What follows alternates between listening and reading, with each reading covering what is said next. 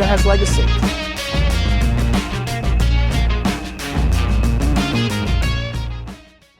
Good afternoon. Welcome back to another episode of Dubai Works Business Podcast. This week I have the pleasure of being joined by Janardan Dalmia, the founder and CEO of Trukkin. JD is an experienced finance professional involved in investing and organizing capital raising for private equity and venture capital. He's a wealth of experience across New York and London as well. New York and Dubai predominantly. Dubai as well, yeah. So spent 10 years working in wealth management, investment banking firms like Barclays. JD realized that there is a transportation shift and that the industry in the Middle East was still waiting for their Industry 4.0 moment, and we'll talk about what that is. So in 2017, he founded Trukkin, which is a technology-driven enablement platform that is revolutionizing the transport industry in the Middle East and Pakistan. So we'll talk about those markets. On the show today, we'll talk about the idea, how to move careers from investment banking into a startup, and then about the trends in logistics and transport as well. Welcome, JD. Thank you, Richard. Thanks for coming in, and glad to be back in the studio. Thank you for having me again. So how did Trukkin start? So Trukkin really started. There was as with all the startups, there was a moment when the idea was incubated, and if I were to remember back, this was back in 2015. I was traveling to Saudi, and I was in a large, I was in a room with the CEO of a fairly large public company, and we started discussing about, logistical requirement for his own company. And while discussing, he was talking about the pain points that he was facing with the legacy transporters, right? And at the same time, there were multiple startups which were emerging across the globe, from India to US, who were trying to revolutionize how long-haul road transport movements are done in an asset-light model. There were a lot of things which we had learned from Ubers and Kareems of the world, right? In terms of what is sharing economy, what is on demand, how to build business asset-light, and focusing on service. And that's really where the idea was kind of, the spark had happened. And then when I started looking and digging more into the industry, then one thing led to the other, and finally Trukkin was born. Okay, so as the description mentioned, enablement platforms. So you're not necessarily building trucks, you're building a platform to enable legit companies connect with drivers and other? Yeah, that is correct. I think, usually you would see in startups, people go after disrupting a certain kind of sector and industry. And this is one thing which I always say: we are not a disruptor, we are an enabler. We are not here to disrupt anyone's business, but rather, making it more efficient by enabling certain things. How shippers, send their request regarding, sending their shipments. How do they load, right? Equally on the transportation side, how do these guys find jobs? How do they execute it? How do they get paid? So we are enabling a highly fragmented and disorganized market which already existed out there. Okay, we'll talk about the kind of industry where it was and where it's going as well. But so how has Trukkin gone? So idea to founding in 2017. How did you put together the team? How did you go around the business plan, and how's it gone so far? So with any startup, look, the day one, any founder, when he dreams about a startup, you think overnight it'll be a major success, etc. And then the reality sets in that, to build any business, it's a really daunting task. But we are fortunate that we started our business in mid 2017 from UAE, and subsequently we launched our business in Saudi in a few months' time, and both the countries we call as our home markets. So at the end of 2017, you launched in Saudi, similar time. So we were already in Saudi by that time. Yeah, it's a good time given the kind of opening up of the market as absolutely. And I think Saudi and UAE predominantly, have the major lion's share of the business in the GCC. So anyone who does, well within UAE and Saudi can go and pretty much capture the rest of the GCC and beyond. Yeah. So that was the idea. So And you opened as in you were building the platform, or you actually had customers from the end of we actually had 2017? customers. So when we say we were present, means we were physically present there. We were servicing the clients Yeah, from both the geographies, yeah, and then servicing the clients to almost 10 to 12 countries now. yeah. The trucks kind of go to almost 10, 12 countries. So that's how we started back in 2017. Yeah. Okay. And how's it gone from there? So far, so good. I think with any startup, it goes through a certain evolutionary phase. Yeah, You had asked about how do we build the team, and look, building the right team is always the most challenging part of any business.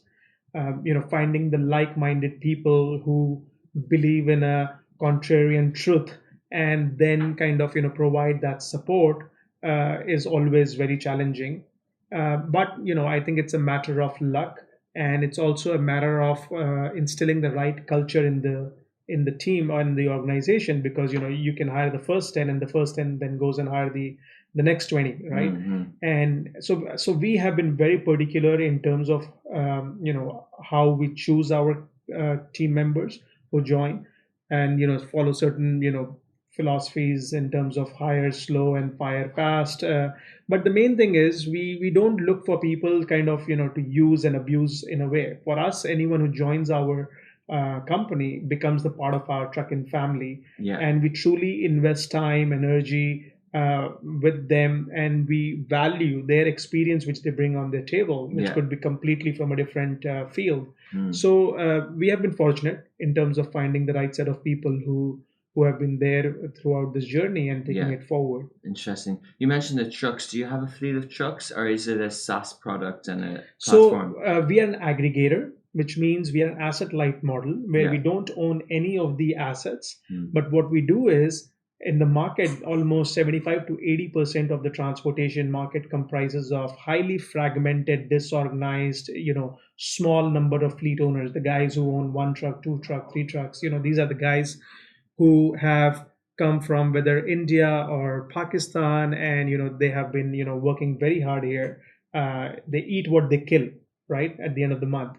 And these guys have were historically always dependent on multiple layers of middlemen, Mm. and they did not have a lot of efficiency, not of they could not provide the service levels which you need to provide to service an institutionalized company or a corporate, right? Mm.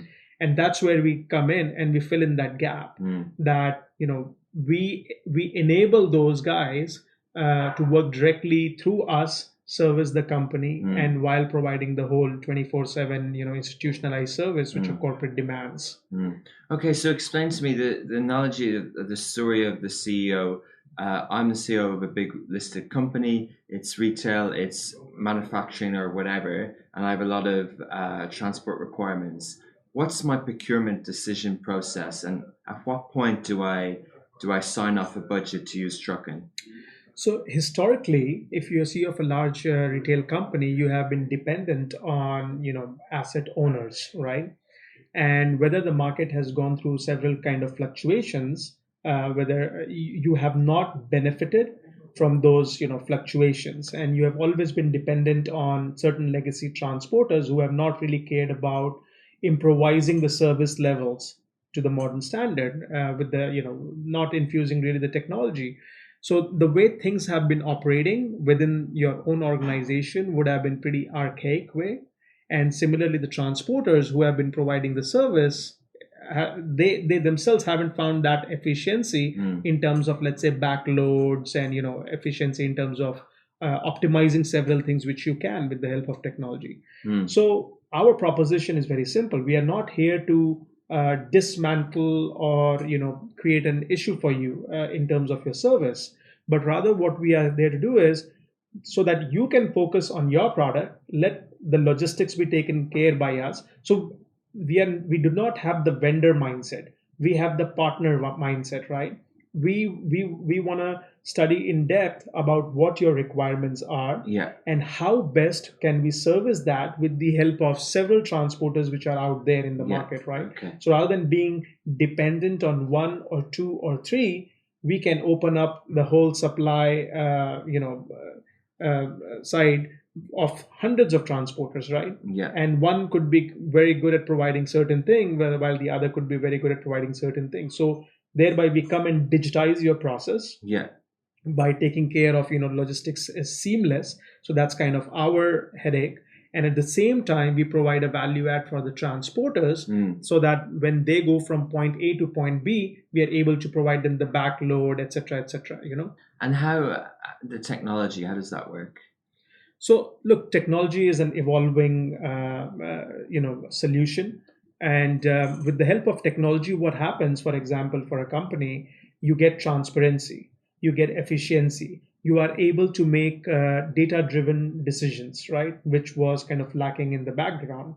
So simple things from the tracking and digitizing, going paperless in many ways, and having a real-time update at the flick of a button, whether it's your app or or sitting on a web platform. So all those things kind of help a lot from the company's perspective, and similarly from the transporter's perspective. Yeah.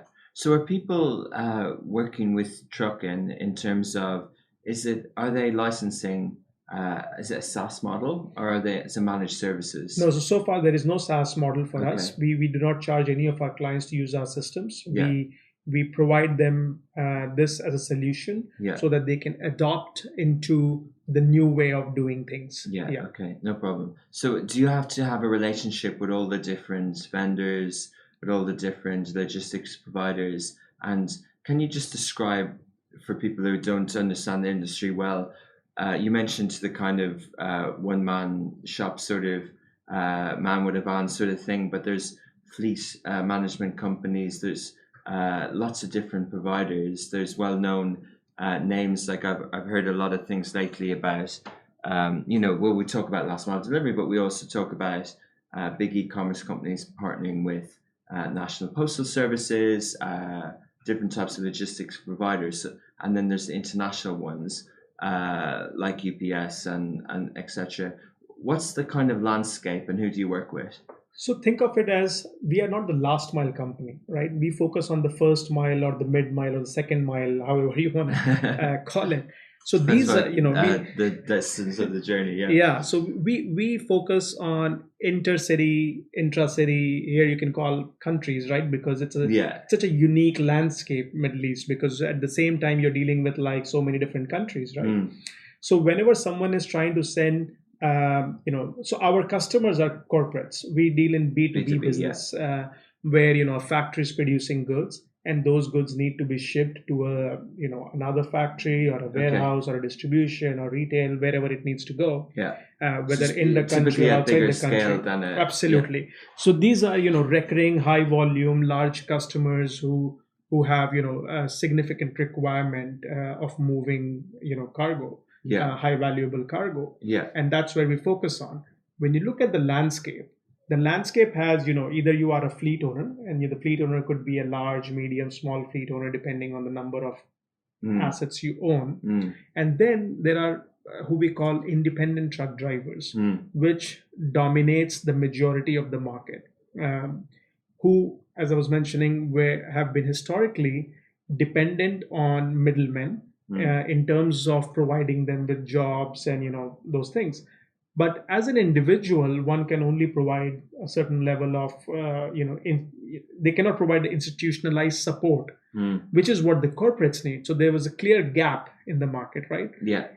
So this is where Trukkin comes in, and to the corporate, they get the assurance of a proper institution serving them in terms of taking care of the transportation needs. And the same comfort is provided then to the independent truck drivers or the fleet owners. So we work a lot with fleet owners as well, the guys who own a lot of trucks or have number of assets. To them, we are another marketing channel. We increase the asset utilization for a lot of them in terms of providing the loads from a particular point or back loads, etc. Okay, interesting. So talking about kind of starting the company again and your career, how does the career in investment banking help this? And are you involved in the finance, and how does that help? So I get this a lot. So investment banking was a very different career, and then coming into Startup, startup transport, is logistics. Yeah.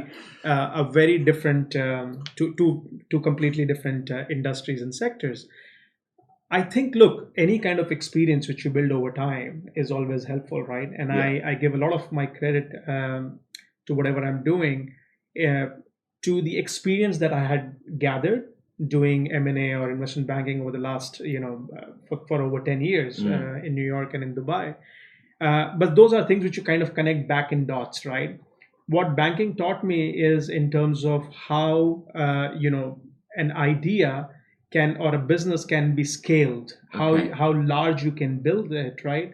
And how you can drive a shareholder value around it, and while servicing, all the stakeholders inside it. So there were a lot of small things which you kind of pick up and you learn, and that definitely helps in terms of your own understanding Yeah. of how to build a business, how the corporate finance works behind the business. And I think, I appreciate the experience which I Yeah. gathered. Yeah. I think that's a really good example because often we talk about startups as kind of venture and different types of investment, but what's made the world go round, money makes the world go round, but is corporate finance and structuring uh, capital to help businesses grow. So you would have had a real insight across different industries. Why choose the transportation and logistics industry? And that's a great question. And I think this is where the investment banking experience really helped me because, while I was, thinking through this opportunity, the idea was going into this was really understanding how big this business can become in the future, right? And it all started from understanding, what the market size of this sector is. It's a Yeah. $50 billion market, between Middle East and Pakistan, the areas where What we figure? operate, GCC and Pakistan, $50 billion. Okay.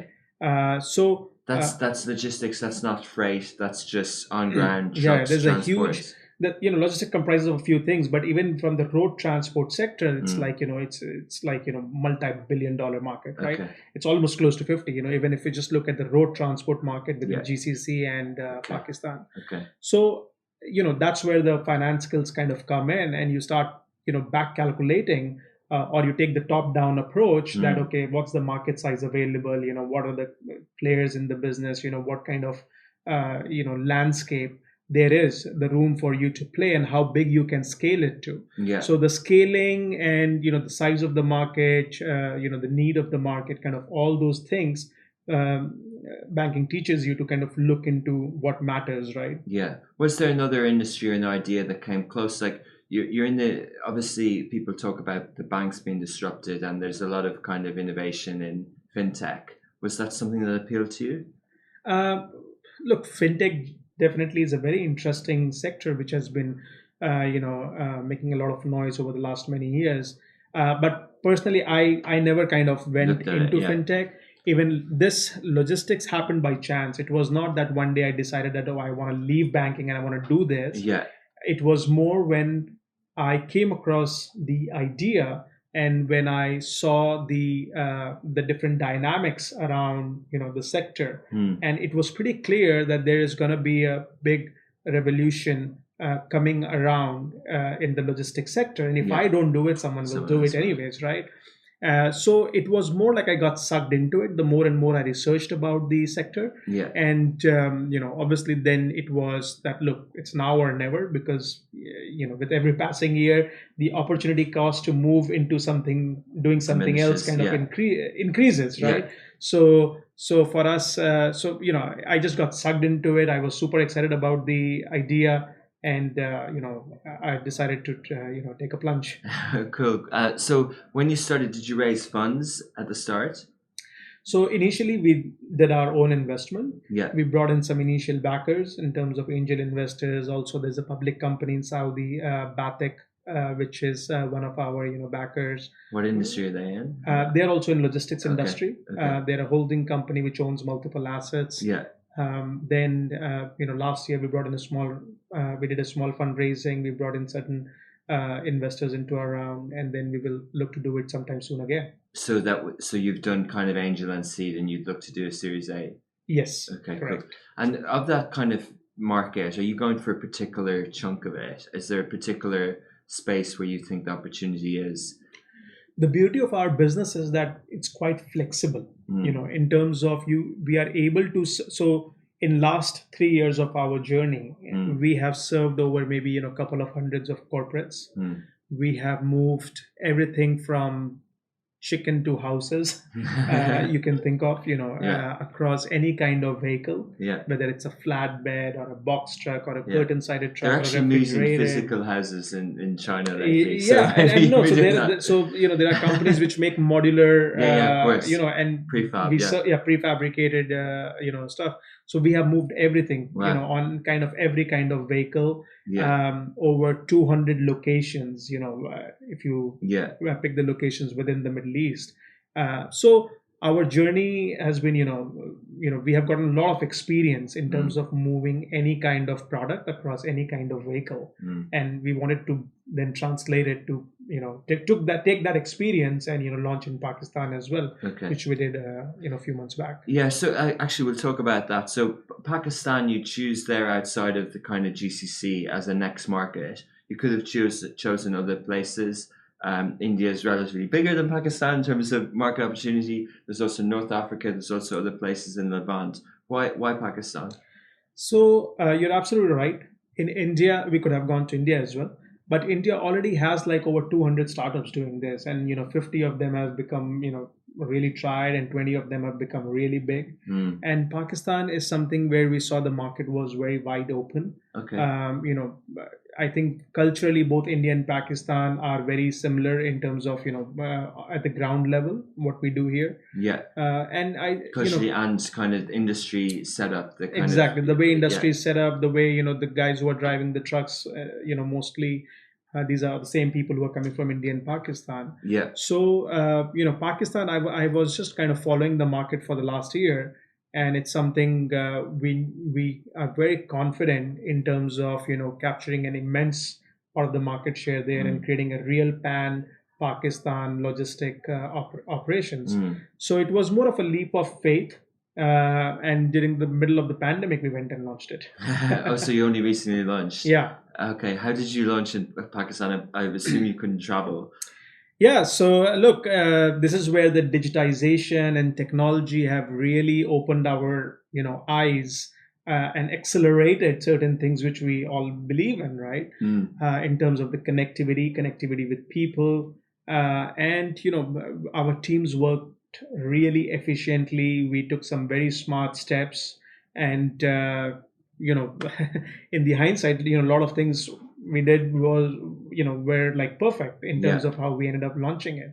So we launched in Karachi, we launched in Lahore. We have, other 3 offices which are opening up this week in Faisalabad, Multan, some of the other places. We are connecting all the dry ports, etc. All the regular ports, industrial areas. Amazing. We have a strong team there. So that sounds things like kind of went out very well. Yeah, that sounds like a kind of a all-in kind of absolutely 3, 4, 5 offices in So a few months. Wherever we expand to, whether we are present in UAE or whether we are present in Saudi or Yeah. whether we are present in Pakistan, I consider all 3 of them as our home markets. Yeah. I don't see that one country is our home market and the rest is the hub, expansion the rest now. is, So yeah. our thesis You need is, to be on the operate ground. locally, connect globally. Yeah. Right. So wherever we operate, we are truly in there, in that market. Interesting. So I was going to ask about investment. So the chunk of investment would go on sort of market setup on the ground. That's what you would invest in. The investment would go in, obviously the technology, the setup, hiring the right talent, and the rest of the stuff, in terms of building the infrastructure around it to be able to provide the service to our clients. Okay, so basically, in the kind of transport sector, we often think of the kind of big global companies that are disrupting, say Tesla and Elon Musk launched something that was like a truck. maybe you will have something that looks like that. But we also hear of the trends like automated driving. I think that company Nikola, is that their name? They got it, and a little bit of a spot of butter when they launched a video on YouTube showing the truck driving itself. Yet it was fake because the technology couldn't do it. Yeah. So, but I think what I'm getting at is like, are Tesla well placed to do what you're doing, or is it more of an Uber and a Careem in terms of enabler? And then secondly, like where are we on trends like automation? So I wouldn't think like Tesla and us would like cross paths in terms of what we do, because Yeah, Tesla is more into building the next generation of vehicles, yeah, right? Which is kind of moving from the the old school of fuel to the battery operated vehicles. So yes, they might come up with they might build a great truck which might run on the battery, which might be far more efficient, right? But I just think that's still going to be more on the passenger side, on the consumer side, rather than on the commercial logistics side at the moment. But do you think that because their valuation is quite high, and companies who are that big, like Google, they kind of find a way of creating a SaaS product and services and getting into other spaces.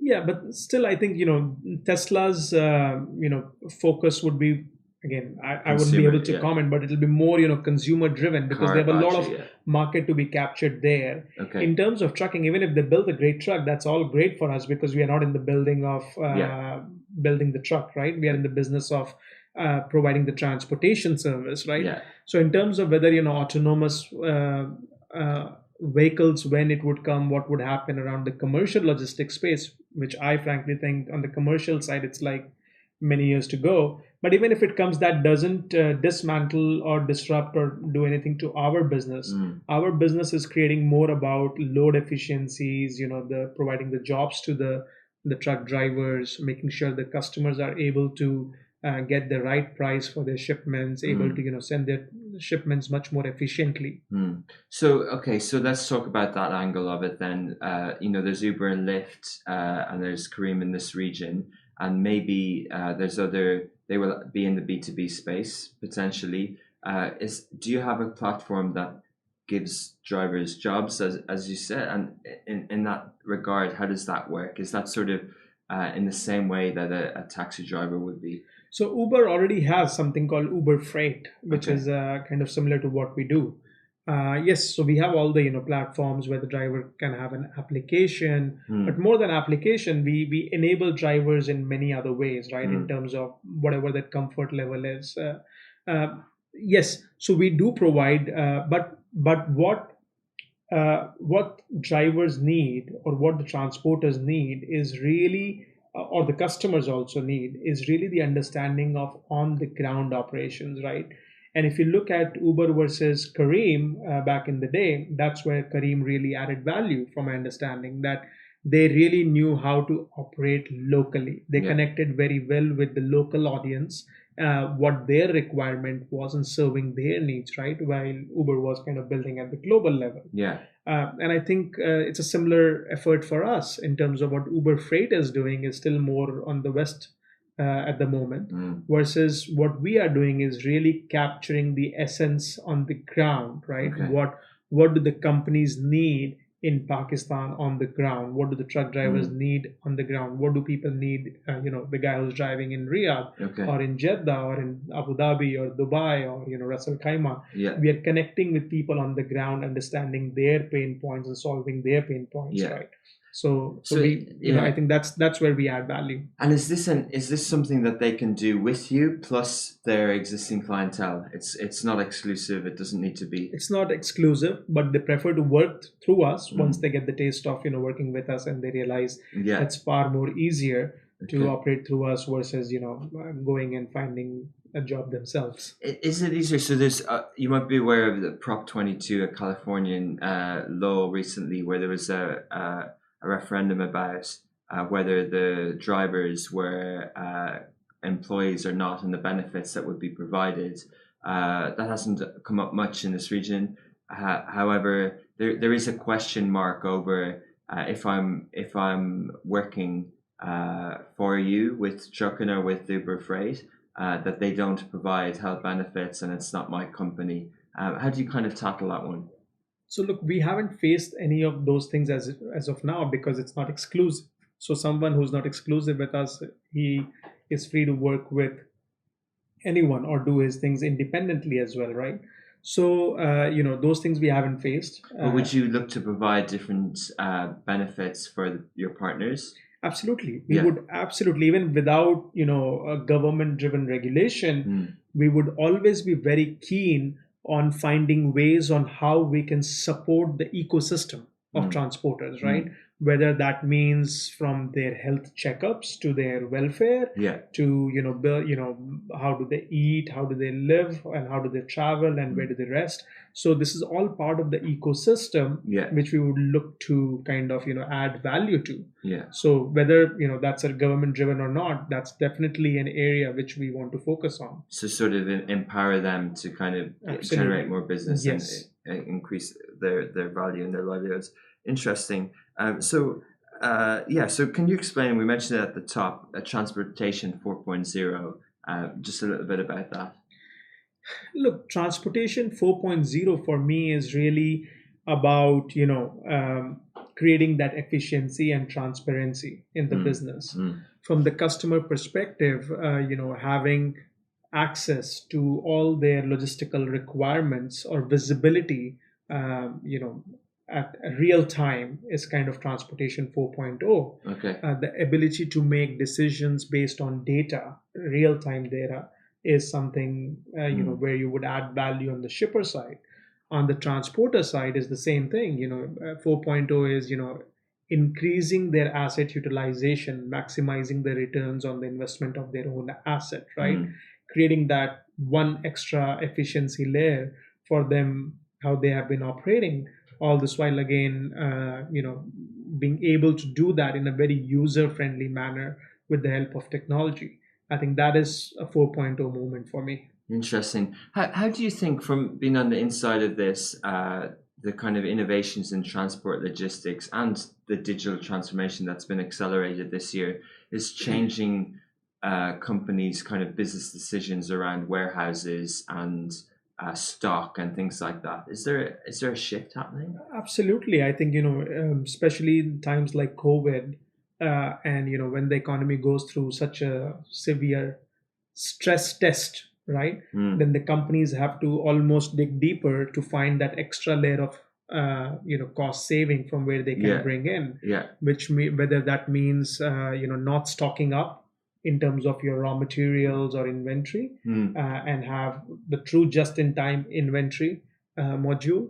And so that's where we kind of come in, right? Instead mm, of, so they don't need to pre-plan, way in advance. mm, Someone could keep pretty much their business in a very variable mode, mm, right? And really, based on the demand and supply of the economy, you can readjust or increase or decrease your production capacities, yeah. right? And that's where the true, an efficient logistics system kind of comes in. Yeah, Yeah. because going a little bit more into the COVID, like I think, and you might have better stories, but there was examples of companies who logistics was one of the issues at the start. Can we move things around fast? Do we have the right stock? And then other companies were left with a ton of stock. Like I think some of the kind of duty free establishments have just loads of stock that they don't know what to do with it. And then you've got other ones that almost don't want to take in the orders because they just can't fulfill them, and there's border issues, there's delays, Yeah. there's things like that. What how do you think that's planned out, and are we still facing a lot of those problems? So look, I think there were certain sectors who were obviously hit very hard, right? For example, duty free, etc., which there's no one could do anything about it if the passenger traffic pretty Mm, much came down to zero. mm, But I'll give you a great example of what we did in one of the cases where customers were unable to send their products because of the certain border restrictions. mm, Because we are present in multiple geographies, we were able to kind of do reverse logistics. So instead of initiating the movement from UAE to Saudi and back and forth, yeah, we were able to originate the trucks from Saudi coming to UAE and then taking the backload, the products of some of our other customers into Saudi. mm, So those are the benefits which a smart, efficient logistics system kind of brings in into yeah, the market. yeah. Interesting. So there is sort of a kind of synergies there and Absolutely. collaboration and partnerships. That's kind of macro trend around technology and data, Yes. isn't it? Being able to kind of See, yeah, technology, as I was saying, it's always has to be an enabler, right? It yeah, cannot be a disruptor into anyone's business unless you are building something which kind of goes and adds value Mm. to their to the any of the stakeholders who are involved in that equation. Mm. Till then, you're not really unless you do that, Mm. then you're not adding the value. Okay, sticking with the COVID theme and looking to the future, what would your sort of how would you describe a perfect scenario for the rollout of a vaccine from a transport logistics point of view? Well, I think obviously the distribution of vaccine will be an immense logistic challenge, right? Because the things which we are reading about, that Yeah, certain vaccines might require a certain kind of temperature or to be moved in, refrigeration or different things. a Yeah. certain kind of life of that vaccine. Mm. And secondly, think about it, if it's there are multiple doses and there are 8 billion people, that means 16 billion doses need to be Mm. distributed to the remotest part of the Incredible numbers. Yeah. countries, right? Yeah. And in a very controlled manner, right? So it's going to be a massive, massive challenge which would truly show how technology Mm. would support and how people will have to come and collaborate, how Mm. several companies will have to collaborate and really sync, work in a very synchronized manner in terms of providing that service. It's Mm. absolutely a very daunting task, but I think pretty much all the companies are kind of gearing up for that challenge. Yeah, and in what way are they looking at how they normally transport medical supplies? Are they looking at different types of? Are they sharing freight? Are they sharing logistic services and things like that? I think there will be specific vehicles which will be prepared specific, because this will be a multimodal transport, right, Mm. requirement, because where the vaccines would be manufactured and Mm. then land transported, then airship, then again warehouse, and then again transported, then again transported in smaller vehicles to Mm. to Mm. the remote part. So it would require a lot of synchronization, and people will have to kind of build all sorts of things, whether it's a refrigerated facility to refrigerated, they will have to invest in very specific refrigerated vehicles who are meeting certain standards, of Food and Drug Administrations of each country. So it would be a lot of time, energy, and investment into these resources to get this thing done right. Interesting. It'll be fascinating to It will follow. be, absolutely. Yeah, and hopefully it will go well. So just lastly, some other trends around smart mobility. What else do you see happening outside of kind of B2B? Like, where are we at the moment? And we're coming to the end of the year. It's nearly December. I think, look, What was your smart mobility itself is going through a very interesting evolution, right? I mean, smart mobility to us is kind of moving around in cool ways, yeah, right? yeah, Whether we see scooters or electric scooters, definitely. and those hoverboards or segways or whatever, right? Pretty much anything which moves, which is Yeah. truly like providing the hyper local mobility, Mm. right? Mm. And I think when we see what's happening in major metropolitan cities around the world, this thing is really catching up. Yeah. And I think this is here to stay, Mm. because it definitely adds a lot of value for short distances in local communities, where you need to travel, Mm. all the way from once you step out of a metro station, and if you need to reach to your office, or going back to your home, or kind of hanging out in your own community. Mm. So these things are going to add value. So I'm myself very curious and inquisitive about Yeah. how this will shape up. Yeah, and it is related to your space as well, because a lot of the regulation that's put in place in the UAE and KSA particularly, that allows these companies in and to follow is kind of good for it kind of sets the scene for what you're trying to do. I wouldn't say we both are kind of associated in terms of regulation, because we operate in a very Okay. completely two different sectors.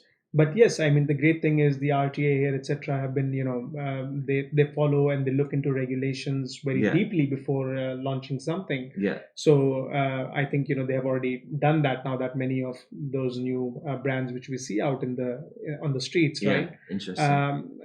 I mean, KSA again, I think is an interesting space. Big cities, a lot of population, but we'll have to see how this evolves, because the distances are far longer, Yeah.